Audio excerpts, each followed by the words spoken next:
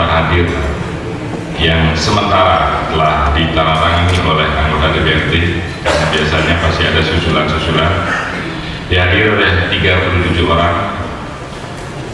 Dengan demikian, rapat paripurna ini sah untuk dilaksanakan sesuai dengan Tatip DPRD nomor 1 tahun 2020.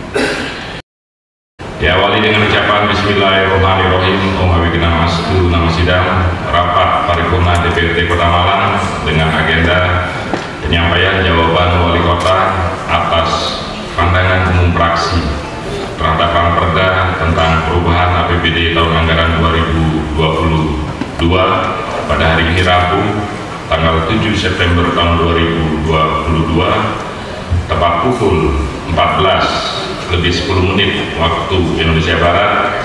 Secara resmi saya nyatakan dibuka dan terbuka untuk umum.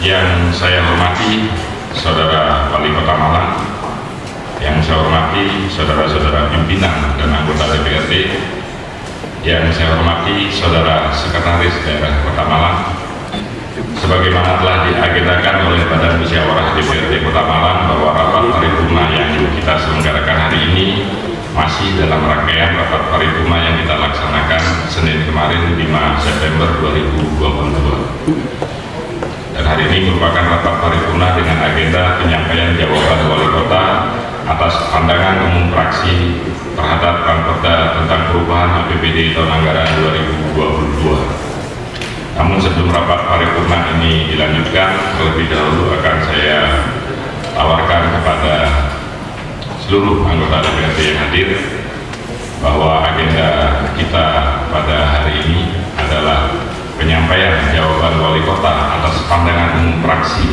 terhadap Raperda tentang perubahan APBD tahun anggaran 2022 dan tanggapan balik fraksi. Apakah acara tersebut dapat disetujui?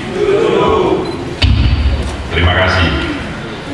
Rapat paripurna Dewan yang terhormat dan hadirin yang berbahagia, marilah kita ikuti bersama penyampaian jawaban Wali Kota atas pandangan umum fraksi terhadap Raperda tentang perubahan APBD tahun anggaran 2022 yang akan disampaikan langsung oleh Wali Kota Malang kepada yang terhormat Saudara DRS Haji Suryadi. Dipersilakan.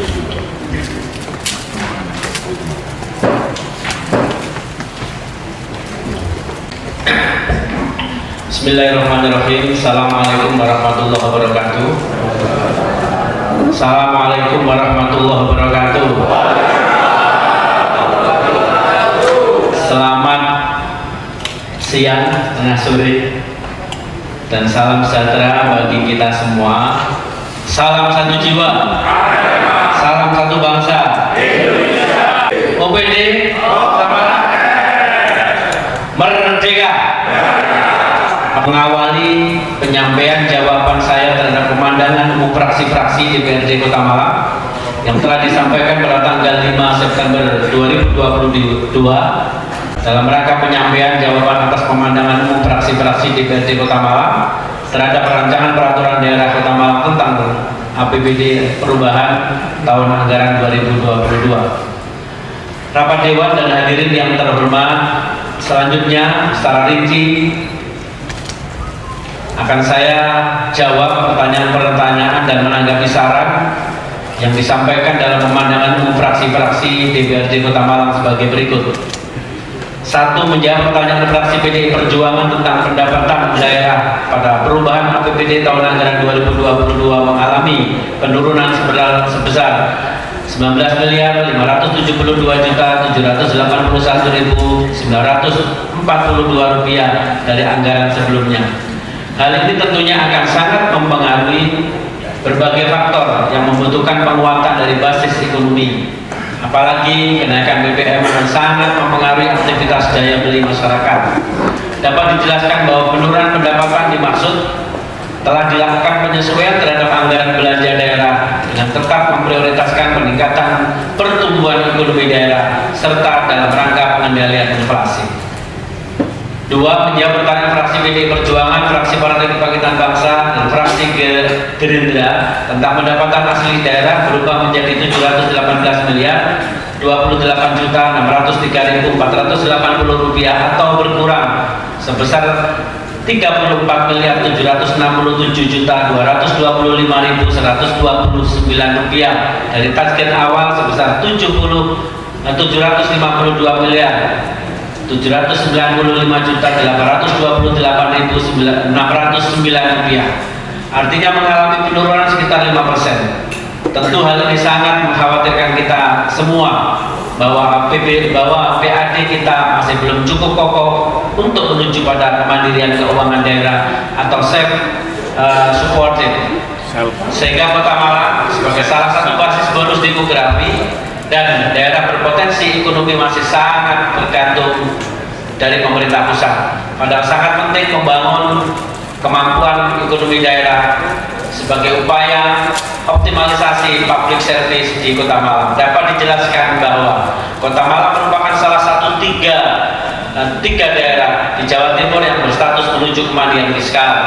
Hal ini karena telah dilakukan berbagai upaya dan terobosan, terutama di sektor pajak daerah, dan direncanakan, diasumsikan atau diprediksi tahun 2023 status Kota Malang akan meningkat menjadi mandiri secara fiskal dengan menaikkan target pajak sebesar Rp434.6 juta atau sebesar 77%. Menanggapi saran fraksi PDI Perjuangan tentang kenaikan retribusi daerah hanya sebesar Rp1 miliar. Namun hal ini tentu termasuk berita baik, mengingat sebelumnya kontribusi retribusi daerah selalu mengalami stagnasi bahkan penurunan. Meskipun demikian, kenaikan tersebut masih jauh dari harapan kita semua, sehingga kita butuh strategi khusus termasuk melakukan reformasi kebijakan terhadap berbagai pos pendapatan daerah termasuk retribusi daerah. Saran diterima dan dapat disampaikan bahwa telah dilakukan rekonsiliasi dan monef secara rutin, berkala dan berkelanjutan, pendampingan BPKP dalam rangka optimalisasi peningkatan pendapatan asli daerah serta melakukan penyusunan kebijakan potensi retribusi. 5. Menjawab pertanyaan fraksi PDI Perjuangan tentang lain-lain pendapatan sesuai dengan ketentuan peraturan perundang-undangan turun sebesar Rp35.409.200.000 dari proyeksi awal sebesar Rp103.316.800.000 menjadi mengalami penurunan sekitar 34% dari target awal. Tentunya penurunan tersebut akan mempengaruhi berbagai sektor. Dapat dijelaskan bahwa layanan pendapatan sesuai dengan ketentuan peraturan perundang-undangan merupakan pendapatan bantuan operasional sekolah atau kita kenal dengan BOSNAS yang besaran alokasi masing-masing ditentukan oleh pemerintah pusat berdasarkan data pokok pendidikan atau DAPODIK. 6. Menjawab pertanyaan fraksi PDI Perjuangan, fraksi Partai Golkar dan fraksi Damai Demokrasi Indonesia 2%, pajak daerah 45,82%, retribusi daerah 47,12%, TKDD 54,45%, pendapatan transfer antar daerah 15,63%. Lalu bagaimana realisasi persentase saat ini dengan waktu yang sudah terpajak, sambal kelurahan dan perpanjangan jatuh tempo pelunasan untuk optimalisasi PBB. Relaksasi berupa penghapusan sanksi administrasi PBB dan pajak daerah lainnya, pendapatan kongsi semua jenis pajak, optimalisasi penagihan dan pemasangan ETEK, serta daerah masih 39,32%, realisasi belanja barang dan jasa 32,83%, dan realisasi belanja modal hanya 26,17%. Artinya menjelaskan bahwa realisasi belanja sampai dengan awal bulan September sebesar 50. Perjuangan tentang belanja tidak terduga turun sebesar 56%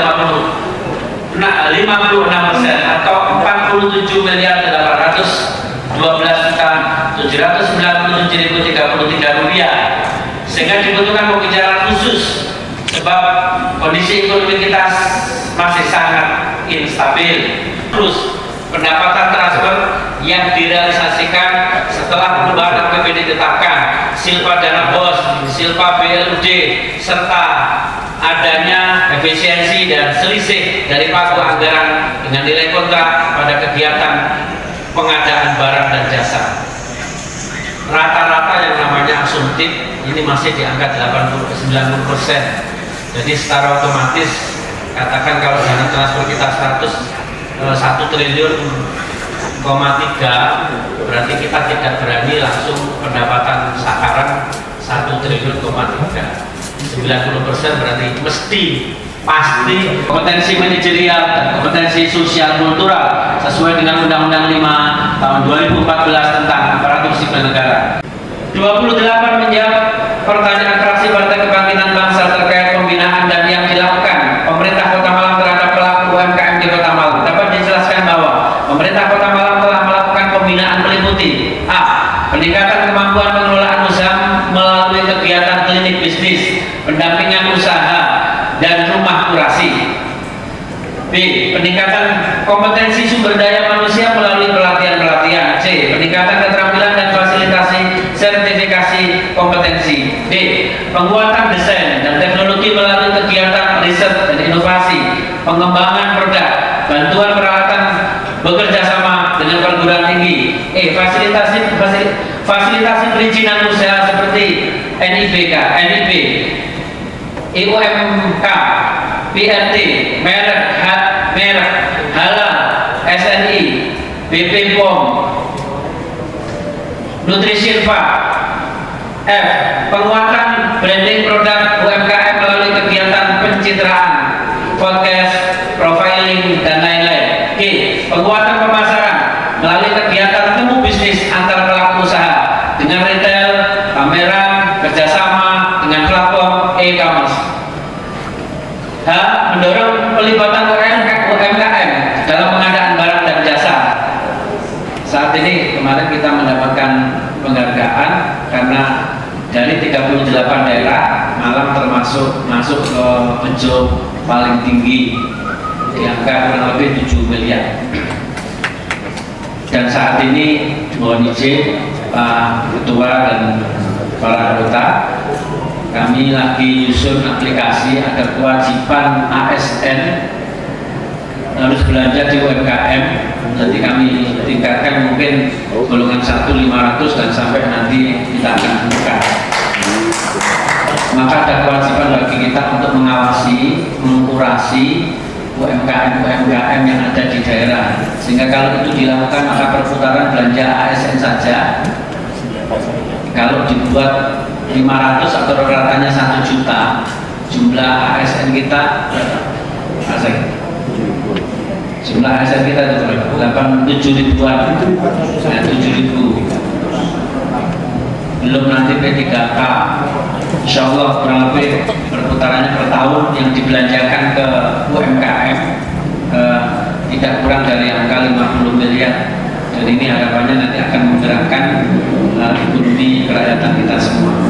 Partai Kebangkitan Bangsa terkait kesiapsiagaan puskesmas dan BPBD untuk pengadaan tabung, karena kenyataan yang sering terjadi di masyarakat dampak pandemi long term ini terhadap kebutuhan tabung masih sangat tinggi. Dapat disilakan bahwa pengadaan tabung oksigen sudah dilaksanakan pada tahun anggaran 2021 melalui anggaran di kelurahan yang dapat dimanfaatkan oleh masyarakat melalui mekanisme pinjam paket. 32. Menjawab pertanyaan fraksi Partai Kebangkitan Bangsa terkait data statistik untuk warga miskin di Kota Malang, karena data ini akan menjadi acuan untuk pemberian BLT di masyarakat agar tepat sasaran. Dapat dijelaskan bahwa statistik warga miskin di Kota Malang saat ini masih berdasarkan data terpadu kesejahteraan sosial atau kita kenal dengan DTKS yang ada di Dinsos, P3A, P2KB, yang kegunaannya sebagai database pemberian bantuan sosial baik dari Kemensos maupun dari pemerintah daerah. Saat ini pemerintah Kota Malang sedang menyusun data kesejahteraan sosial Kota Malang yang berbasis nama, alamat, NIK, dan kebutuhan by name, by address, dan by need, yang menggabungkan indikator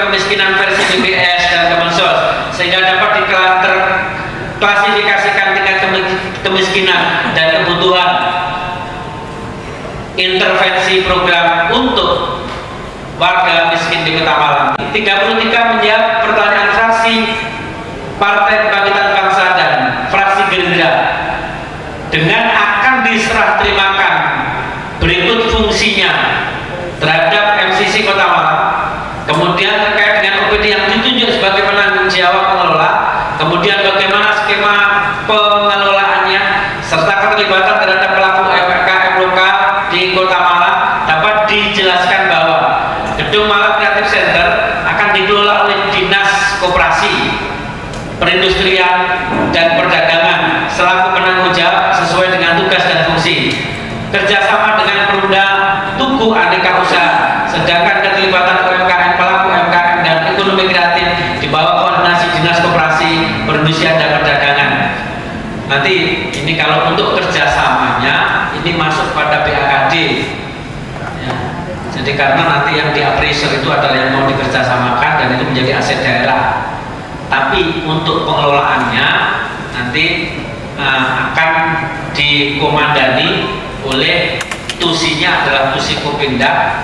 Nanti Kopindak akan mengerjasamakan yang lain untuk manajerialnya, tapi untuk kerjasamanya lahan itu adalah berada di tusi BKD. Sekarang lagi proses appraisal. 34 menjawab pertanyaan fraksi Partai Keadilan Sejahtera tentang realisasi PAD sampai dengan akhir 2022 baru mencapai 44% atau setara dengan 331 miliar.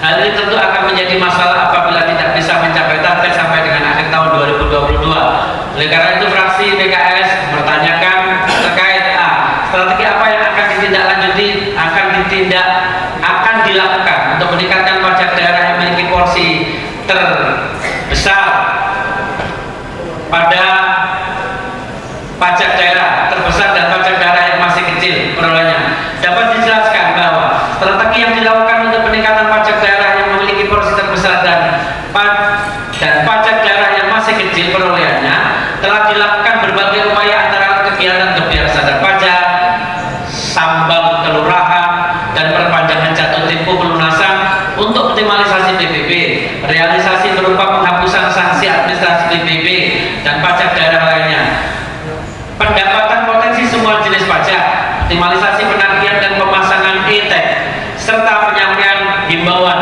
secara langsung maupun melalui media cetak, elektronik, dan media sosial. Selain itu pajak parkir, pajak air tanah, pajak hiburan akan terus dilakukan upaya intensifikasi dan ekstensifikasi secara berkelanjutan. B.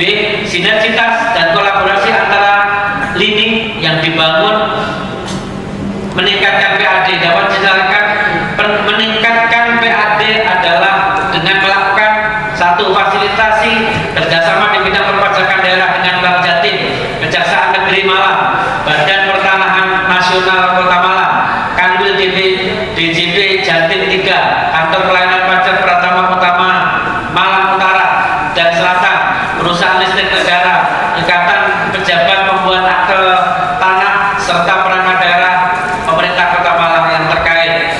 2. Melakukan rekonsiliasi dan monet secara rutin, berkala, dan berkelanjutan sesuai dengan perangkat daerah pemungut PAD. 3. Pendampingan Badan Pemeriksa Keuangan dan Pembangunan Jawa Timur dalam rangka optimalisasi pendapatan asli daerah. C. Program dan kegiatan yang dilakukan sudah berjalan baik dan efektif dalam peningkatan PAD. Dapat dijelaskan program dan kegiatan yang dilakukan sudah berjalan dengan baik dan efektif peningkatan PAD karena dilakukan secara rutin, berkala, dan berkesinambungan. Terima kasih Bapak Wali Kota dan Pak Sekda yang estafet dengan baca. Selanjutnya terhadap jawaban Wali Kota Malang tadi akan saya tawarkan kepada rapat paripurna ini, tapi perlu menjadi catatan kita. Setelah ini kita akan hitung langsung apakah ada tanggapan balik dari masing-masing fraksi terhadap jawaban tadi. Oke, satu, saya izin dulu kepada ketua fraksi karena ini tanggapan balik fraksi, diizinkan Karena diizinkan, silakan Pak Lurah. Di tahapan tanggapan perubahan APBD 2022. Assalamualaikum warahmatullahi wabarakatuh. Tanggapan kami Pak Wali Kota beserta jajaran dari kesemua jawaban, alhamdulillah kita lumayan memuaskan di kesempatan kali ini. Namun yang menjadi beberapa catatan kami Pak Wali, yang contoh jadi ada salah satu kunci, kita sudah menjabat di sini DPRD 3 tahun, dan ini sudah hampir selesai 2 tahun lebih. Pak Wali mungkin lebih cepat lagi ya, 1 tahun lagi. Mudah-mudahan semuanya husnul khotimah. Yang pertama, penyelesaian pasar. Di situ ada kata kunci Korsugah Kafika. Terus yang kedua, mengurai kemacetan. Ada juga kata kunci exit tol Madiopuro dan juga titik-titik kemacetan yang lainnya. Kata kunci yang ingin kami sampaikan adalah semuanya normatif jawabannya. Cuma kita butuh yang namanya percepatan atau kecepatan dalam hal mengatasi hal-hal seperti ini. Ya, mengatasi hal-hal seperti ini. Kita berharap dari 3 pasar itu selesai gitu. Ini tiba-tiba sudah 2 tahun lagi selesai, dan waktunya semakin semakin tidak banyak kita menjabat itu. Dan kita ingin legasi itu ada, bahwa ada nanti kata-kata dari anak cucu kita, jadi kita ada keberhasilan kita seperti keberhasilan membangun jembatan Kedungada di zaman Pak Mahdi, zaman Pak Ulu. Ada juga exit tol itu selesai di zaman kita, jangan di zaman 2028 gitu. Kurang cepat. Jadi pemikiran untuk percepatan seperti itu perlu kita pikirkan terobosan-terobosan baru. Salah satu contoh yang paling kita apresiasi adalah BRT, cepet banget kan gitu. Kok iso? Kamis itu harus dikirim loh. Padahal kita anggota dewan sopo sih mulai ini. Apakah ada gitu kan? Data-data DTKS ini yang sudah mati meninggal dapat. Walaupun kita tidak bisa memverifikasi secara langsung database terbaru dari DTKS. Itu mengamanatkan bahwa pemerintah daerah itu adalah DPR dengan pemerintah kota. Saya minta solusi dari jaringan percepatan itu. Dengan 3 pasar itu, pasar Belimbing masih terikat dengan PKS. Ya, pasar Gadang masih terikat dengan PKS. Yang semuanya mempunyai kekuatan hukum, tidak bisa ada pemutusan seperti itu. Pasar besar sekarang sudah karena orangnya angkat tangan, jadi sekarang sudah pemutusan. Jadi saya mohon, memang ini adalah bagian dari Masyawirul bil Amri. Undang-Undang 23 itu amanatnya adalah bagaimana untuk menemukan titik itu untuk percepatan. Kalau jalan berubah, APBD perubahan segera didok, segera dilaksanakan. Kalau yang kemarin kan ada penambahan 70 miliar untuk jalan ini, karena anggarannya dibutuhkan untuk jalan tuntas itu adalah 350 miliar dari 2022 sampai 2023. Ini contoh percepatan ini Pak Ulum. Jadi gitu. Ini mengandai-mengandai, walaupun yang namanya mengandai-ngandai itu tidak itu tamani ya. Percepatan seperti pembangunan apapun ya, kalau APBD kita ini sudah kuat, bisa langsung dilaksanakan.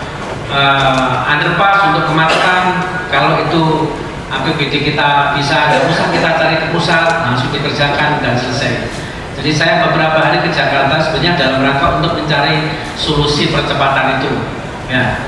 Dan saya mohon doanya, memang ada 3 titik saya harus menemui, bisa bertemu dengan Presiden sendiri, karena komitmen dari Pak Presiden 2024 selesai tuntas pekerjaan, tidak ada PR lagi. Jadi kami pun memang hidup itu legasi Pak Ulum ya, cuma kita memang harus berjalan bersama-sama. Kasus jenengan nanti ini, makanya nanti didalami di komisional. Kita pun bingung. Saya sampai kemarin yang namanya dinas sosial, ini contoh aja, dinas sosial kemarin di Batu itu saya berikan pemahaman, udah wis, ingatlah kamu berniat jangan karena apa-apa, sandarkan kepada Tuhan. Kalau kamu niat kerja itu karena Tuhan, pasti dapat satu pahala. Kalau kamu niatnya kepada orang, tidak dapat dua-duanya, bisa jadi. Kenapa? Dinas sosial udah digeruduk terus-menerus. Di TKS tiba-tiba kita dapat 20 sekian, orangnya udah ditentukan sana. Ketika kita mengalihkan, tidak boleh. Harus ada berita acara dan uang dikembalikan ke sana. Kerjanya itu ya kelurahan, verifikasi, bener enggak? Ya, kita sudah berkali-kali dengan teman-teman yang ada di dinas sosial. Baik, kurang lebihnya saya mohon maaf. Saya akhiri. Wallahul muwaffiq ila aqwamit thoriq. Wassalamualaikum warahmatullahi wabarakatuh.